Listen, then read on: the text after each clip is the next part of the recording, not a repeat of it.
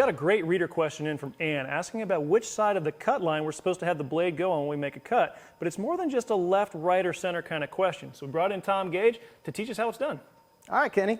So, before you make a mark, you want to make sure you're square. Absolutely. And this board is definitely not square. No, I have no idea who did this last, but it's not the way I like to leave things.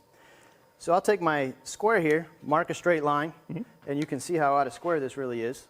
And I'm going to make a cut just to square this up. I'll explain the cut in just a moment. All right.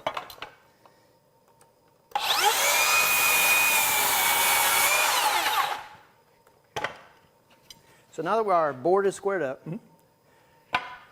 just pick a measurement. What, 10, 12 let's inches? go with 14 inches. 14 inches. Make it something random. All right. So making a mark, that's probably the first place people make a mistake. Because if your mark's not accurate, your cut's not going to be accurate. Exactly.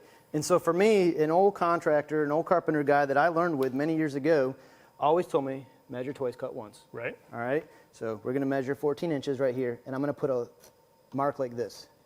Okay, so you did a V. I did a V, and it's very, very specific reason why. Is that point is where that 14-inch mark is. And here's my measure twice. Gotcha. All right? So now the tip of that V is right on 14 inches. Okay. So now I can go ahead and make my mark with my square right through the center of that V. Right, and so if you had just left one side or the other, I wouldn't know which one was the correct point to measure Bingo. off of. I'll give you an example. Let's just put a mark out here at 15, and I'm just going to put a quick line. All right. Well, I hand you this board. Is it 15 on this side or is it 15 on that side? Right. You have no idea. Make the wrong cut, we're a 1/4 inch off. Exactly. So doing a V or some sort of check like that is always a good way to go. That way when you're handing boards off for someone else to cut or you're cutting them, you know exactly where your cut's going to be. Yep, great tip. The other thing to think about here is I want this board to be exactly 14 inches. Right. This isn't just a rough cut that's okay if it's off by an 1/8 inch, 1/4 inch, something like that. We want it to be accurate. That's right. And I mean, with a circular saw, you're going to have a certain degree of error, but you can actually get pretty close. Yeah. And so with this is where your notch begins to become important on your saw. Right. Understanding where your blade cuts in relation to that notch. So for me, when I'm looking at a cut like this, you always want your blade, and it might be a little hard to see, I don't know if they'll see this or not, but you want your blade kerf to be right on this side of the line. Okay. Okay? So when you make your cut, the blade should be right against the line, and the piece that drops is the piece you're keeping. Okay. And once you make that cut, it should be 14 inches. Okay. Now, with that blade kerf, is that something that we can calibrate, or is that just knowing your saw? Well, it's knowing your saw, but also the blade kerf is just simply a part of when you buy a blade. You know, olden days, a lot of kerfs were 1/8 of an inch. Right. All right, so a lot of your powered saw, your corded saws would have used an 1/8 inch blade. That was a real common kerf size. Nowadays, with the more efficient saws, they're going with a thinner kerf. So they're less than 1/8 of an inch. You can measure it. And the kerf is, when we say kerf, that's the width of the blade. That's the width of the tooth, not the width of the blade, the actual tooth, which is a little wider than the blade. And so these, it's going to be a little hard to measure with this tape because we're not quite that accurate. These are probably 1/16th, or a hair over 1/16th, but 1/16th is probably what we can say these are for your kerf on this blade.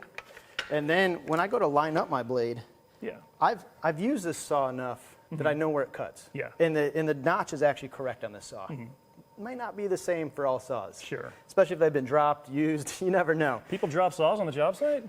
Not me. That's if you're buying the tools, that doesn't matter. So for me, it's making sure that when you go to line up your cut, you're leaving that allowance for that curve. Yeah, and that's where your vision into the blade is really important. So you can actually visually make sure that your blade is right where you want it to be. That's right. So the way I normally cut is I'll use a square along with the base of the saw. This is a way to make sure that you keep a really square cut. And we happen to have a video on that if you haven't seen it yet. So if you don't mind, just lead on this, just to study this a little bit. Oh, absolutely. I'll go I'm real good slow at on this cut. All right. And so and you can visually see on this side where when you put the blade up to it, lining up the notch here, that the blade is going to match right up on the edge where we want it to. And so let's go ahead and just make a cut. And again, I'm going to run the saw on the square to make sure my cut stays square.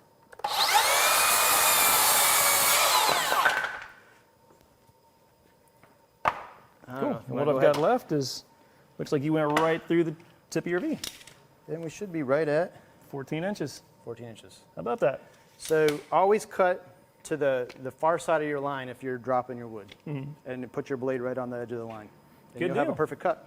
Cool. Well, if you have any questions or comments or feedback for Tom or myself, please feel free to leave them in the comments below. And as always, thanks for watching.